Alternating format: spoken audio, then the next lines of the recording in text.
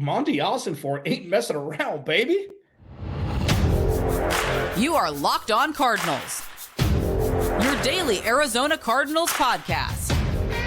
Part of the Locked On Podcast Network, your team every day.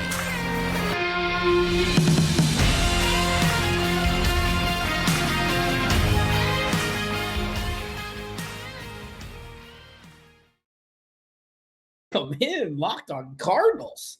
Alex Clancy, that's me. Follow me on Twitter at Clancy's Corner. Follow the podcast at Locked On AZ Cards. Thank you for making Locked On Cardinals your first listen each and every day. Free wherever you get your podcast and on YouTube.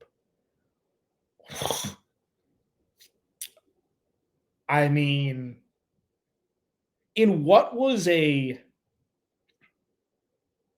very clunky, interesting offseason,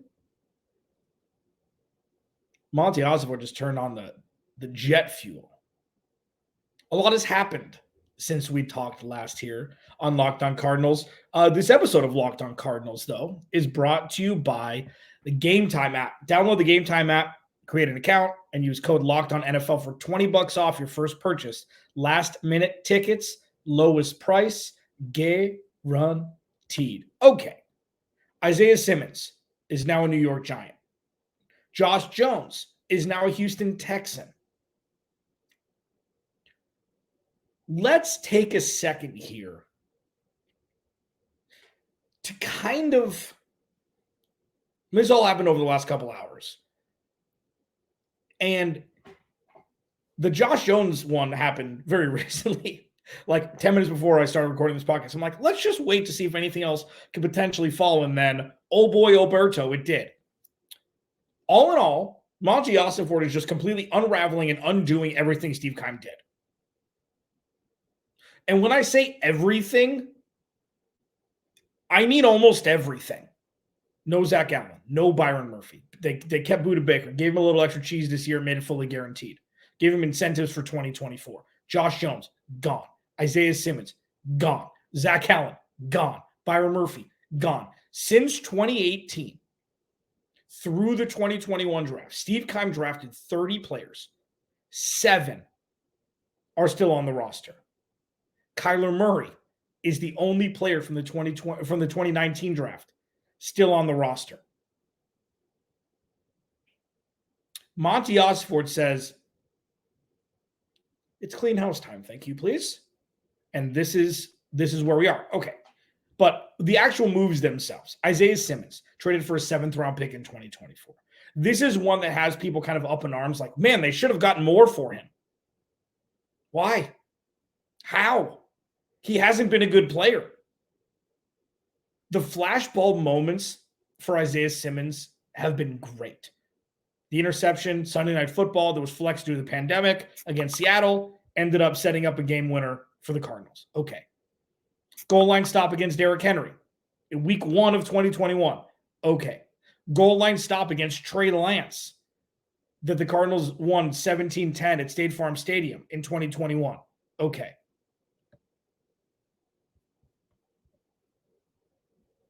What else? I've been waiting and waiting and waiting for Isaiah Simmons to do something, for Isaiah Simmons to find a home. And there's a lot of fingers that can be pointed in a lot of different directions. Well, it's Vance Joseph for not using him correctly. It's Steve Keim for drafting him and then trying to move him to inside linebacker. It's on Isaiah Simmons for not having the drive and work ethic to make something of himself in this league. We don't know what the blame pie percentages are. We don't know what actually happened. We do know that the culmination of being drafted at 8 overall through today when he was traded was something that was underwhelming. And I think underwhelming is being nice to Isaiah Simmons because, by all accounts, nice guy, great interview. You know, he's got a good head on his shoulders. He's an absolute Adonis. Like, the back of Cardinals fans, media members, and minds alike, I would assume, are, well, he's just going to ball out in New York. 10 sacks, 3 interceptions, 90, 100 tackles. Haason Reddick Part 2 is complete. The only difference between Haason Reddick and Isaiah Simmons is Haason Reddick showed that what he had before he left. I think he had 12 and a half sacks with the Cardinals his last year. And then, Steve Keim had already declined his fifth-year option, and rightfully so. You do not poo-poo what Steve Keim did by declining Haason Reddick's fifth-year option at the time, because he didn't show anything. Now, unbeknownst to the Cardinals, somehow, it was because they didn't know how to use him, and not that he wasn't a talented guy. Went to Carolina, had a double-digit sack year, and then now got paid, monster dollars to go play in Philly and play in a Super Bowl. So with Isaiah Simmons getting a seventh-round pick back, I'm not surprised. It's par for the course. Monti Ossenfort, they couldn't find him, couldn't find a spot. Good luck, kid. That's what it is. Now with Josh Jones, former third-round pick, the interesting part about Josh Jones was there were rumors where if the Cardinals were going to trade back, I believe that year they were going to trade back with Atlanta, because Atlanta wanted to move up to grab a player, that the Cardinals were targeting Josh Jones in the first round if they were to have traded back. Ended up getting their guy, they thought, in the middle of the third round. He never really got run. Kelvin Beachum came in and pretty much took his job. And DJ Humphries has been healthy, and they haven't really had a spot. They brought in Justin Pugh was fine when he played. They brought in Will Hernandez. Like, Josh Jones could play anywhere on the line. He wanted to play left tackle. DJ Humphries has been fine. So it just kind of was Cardinals couldn't figure out what to play him. So now they're moving on from him.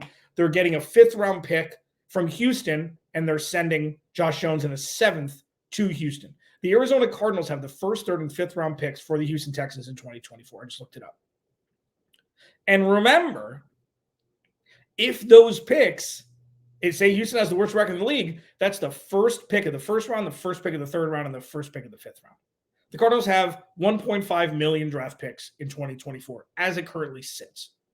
I did the math. So when you see this unraveling, and when unraveling has a definition, has a like a negative connotation, it's unraveling. It's out of control. It's not.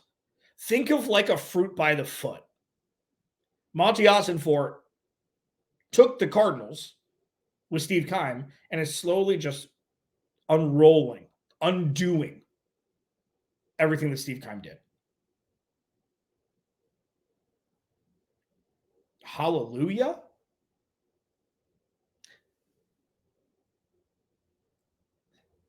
It's a lot to take in, because this is a lot of one feeling that Cardinals fans, media members, and everything in between haven't felt in the last 10 years. Necessary due process to rebuild. This is what it feels like. This is what it looks like, with a dash of, this ain't my guy, it's not working, we're going to move on from him. A dash of that. Where do the Cardinals go next? Are there more moves to be made? What is 2023 going to have in store for the Arizona Cardinals? It's just a lot. It's like once you start to see things move, and once you start to see things change, it's like, this is a weird feeling.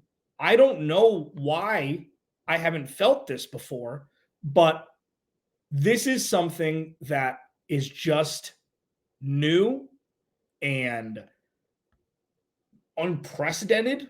Can I say that? Over the last decade, is it the right move? Are these the right things that are happening? We don't know. One thing we do know, though, is now that this is a process. I'm going to explain more as we roll on here. Locked On Cardinals, your team every day. This episode of Locked On Cardinals is brought to you by the Game Time app.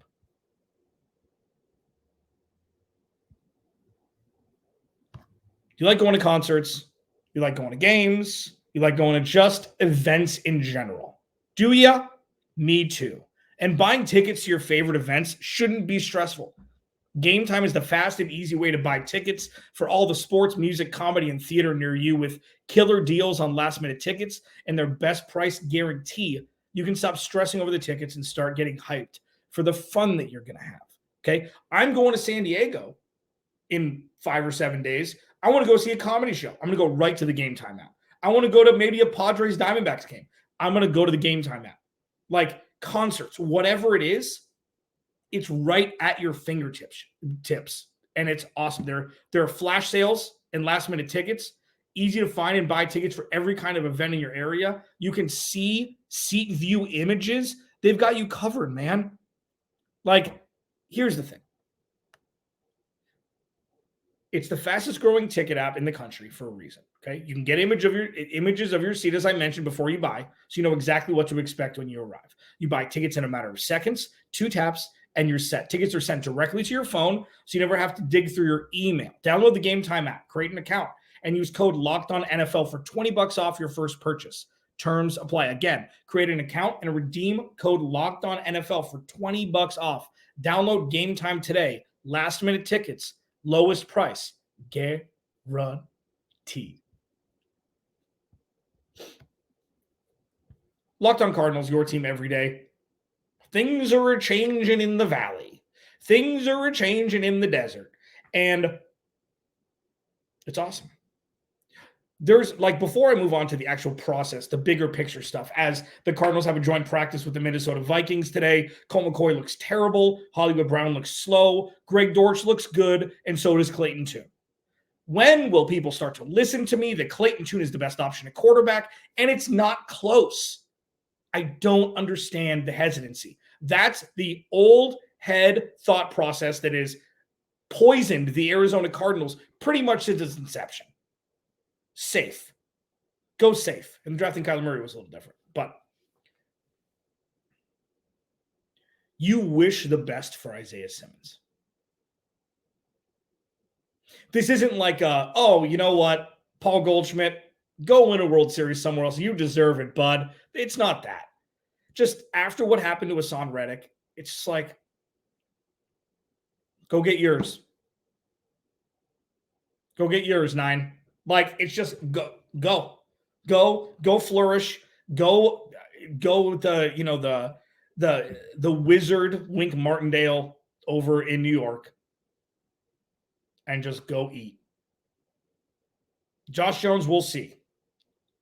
We'll see what happens there. Like the Texans, it's just such a weird relationship now with the Cardinals. The Giants and the Texans have incredibly weird relationships over the last handful of years. The Cardinals and Giants have just swapped players back and forth and back and forth and back and forth. Justin Pugh to the Cardinals. Will Hernandez to the Cardinals. The couple centers went over there. I think Mason Cole went over there. Isaiah Simmons, like trading back Marcus Golden. But it's just like there's been this revolving door of Cardinals to Giants and vice versa. And the Texans, need I say more? I mean, David Johnson for DeAndre Hopkins. And then it's just been weird since the draft this year, trading back to 12, jumping up to 6, and still keeping the first round pick in 2024. Like, the Houston Texans have pseudo single-handedly kept the Cardinals relevant and have kind of painted this picture and slowly started to help them build a foundation for the future. It's wild. It's wild. But this is a process, okay? Everydayers, this is a process. And this is just another part of the process. Where the Cardinals were to where they want to be, there's a wide gap there. I think that's obvious. I don't say that to insult anybody's intelligence. Just there's a gap, okay? And while at times teams can swing for the fences, acquire a massive talent, give up a whole bunch of draft capital, whatever it may be, that's an option. The Cardinals don't have that option as of right now. They're going into 2023 trying to find out who their dudes are. They're trying to find out who they can trust to start 80% of the snaps in varying positions from now on.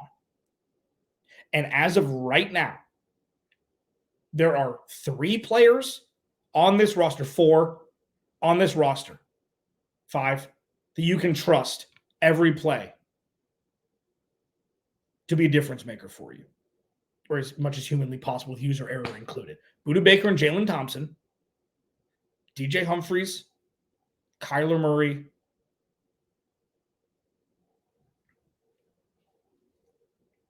four.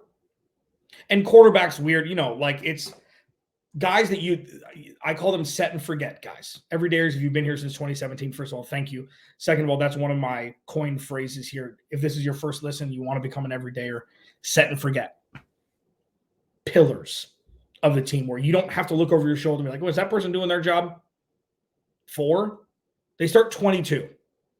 That's less than 20%. Nailed it. Yeah. I just Bill Nye the Science Guide for you.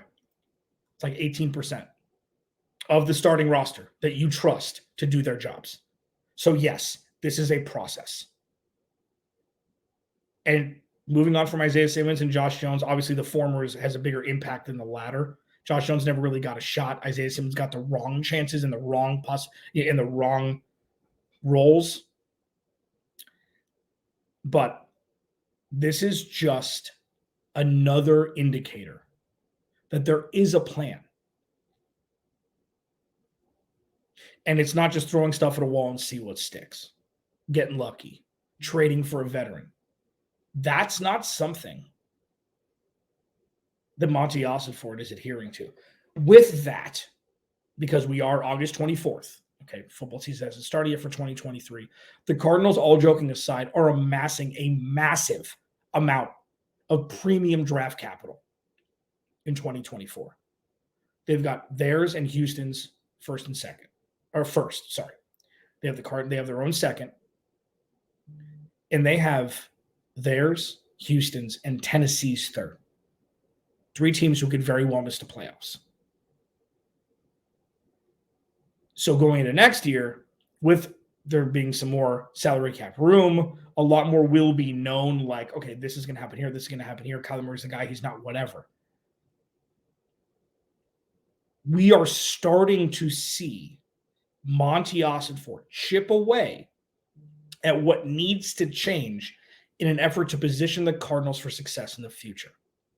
And the future starts week 1. So sure, they could have kept Isaiah Simmons all year. Who cares? They didn't pick up his 5th-year option. He doesn't count a lot towards the cap. I think he's making $1 million or something this year. Doesn't count a lot towards the cap. It's like, it doesn't matter. The salary cap doesn't matter in 2023 for the Cardinals. It doesn't. They could have given Budda Baker all of it. It really doesn't matter. I know that it rolls over into 2024, but it's going to balloon. They're going to have plenty, even with Kyler Murray's, I think, around $50 million cap hit. He wasn't part of the future. Josh Jones wasn't part of the future. Now it's time to find the players who are. And that's what the 2023 season is all about. Locked On Cardinals, your team every day. Alex Clancy here. Thanks for hanging out, man. Thank you. I love this. I saw a comment on YouTube about me doing more live shows. Maybe I will. Leave a comment if you want me to do live shows so we can interact a little bit more. During the season, I'm going to get a little weird. I'll probably do some Twitter spaces, which I like doing at halftime. I'm not sure if I'm going to be doing the halftime show like I was in years past. But at Clancy's Corner on Twitter, you don't have to follow me, I don't believe, to listen. Like, if you want to, cool. But I'm not saying that for followers. I just want you to be able to come listen, hear me. You don't have to see my big dumb face. You can just hear my big dumb voice on Twitter spaces. I'm just trying to iron out what I want to do for 2023. The Cardinals need more defensive leaders immediately. Who are some honorable mentions that could potentially move into that role? Let's talk about it. Follow me on Twitter at Clancy's Corner. Please go to the YouTube channel. Search Locked On Arizona Cardinals. Like, subscribe, turn notifications on. Hit a like. I already said hit a like already. I should be punished. Okay, so Cardinals trade Isaiah Simmons. Cardinals trade Josh Jones. They get a 5th-round pick back. They have 1 million draft picks now. I know they got a 7th-round pick for Isaiah Simmons, so technically they didn't add another draft pick. They just swapped Isaiah Simmons, Josh Jones, and a 7th for a 5th with 2 different teams getting, the respective players. The Cardinals need leaders, especially on defense. So Budda Baker and Jalen Thompson. Jalen Thompson is one of the most undervalued unknown players in the NFL, let alone safety, let alone defensive players, just in general. He is massively important to the Arizona Cardinals. He got his contract extension last offseason that proved that. And I think he's worth every penny. Budda Baker, leader. The Cardinals don't have another one right now. And there's a lot of players who can jump into that role. And that's not to say Isaiah Simmons was. He wasn't. Okay? This is just bringing even more light to the situation that the Cardinals need leaders. They need guys they can trust. Is BJ Ojulari just going to come in and do it? Is he just going to be a born leader to come in and help lead the guts of this defense? Is Zaven Collins going to take that step forward that everybody had hoped Isaiah Simmons would take? Will he take that step in year 3? Because he's the easiest one. He's the easiest one. Like, is he going to be the guy? Now, there's one guy who isn't an honorable mention who I think is just going to be that leader in the middle of the field. And that's Kyzir White. Coming over from Philly, having that Super Bowl game pedigree, knowing JG, knowing Nick Rallis, like, he knows these guys. He knows these coaches. He knows the scheme, even though Jonathan Gannon doesn't really have a set scheme. He mentioned in his introductory press conference, which was kind of cool. Kyzir White seems to be the guy that could take over the reins of the leader of this defense. Because here's the thing. Budda Baker's not getting any younger. Okay, Jalen Thompson isn't getting any younger. Kyzir White, I think, is 25. He's 27. Okay, so still in the same range as Budda Baker, but you have a guy who knows this scheme-ish, knows the coach, knows the DC, who is his linebacker coach in Philly. He's a guy that if it's him, it will immediately mean more because it's a guy that comes in, done it before. Don't worry, guys. Follow me. Let's roll. The Cardinals need a Fred Warner type. And that's if Kyzir White could be a Fred Warner light. We're not asking him to be an all-world off-ball linebacker. That's not what we're asking. The Cardinals this is all grading on a curve here. The Cardinals' curve is vastly different than a contending team's curve. The Cardinals need guys who they can trust.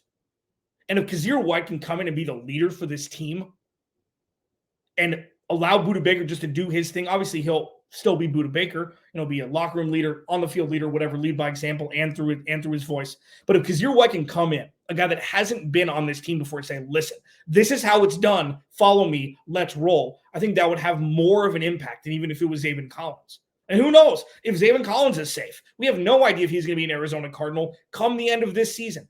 Anything is possible under Monty, but I will let you know as I let you go for the day here.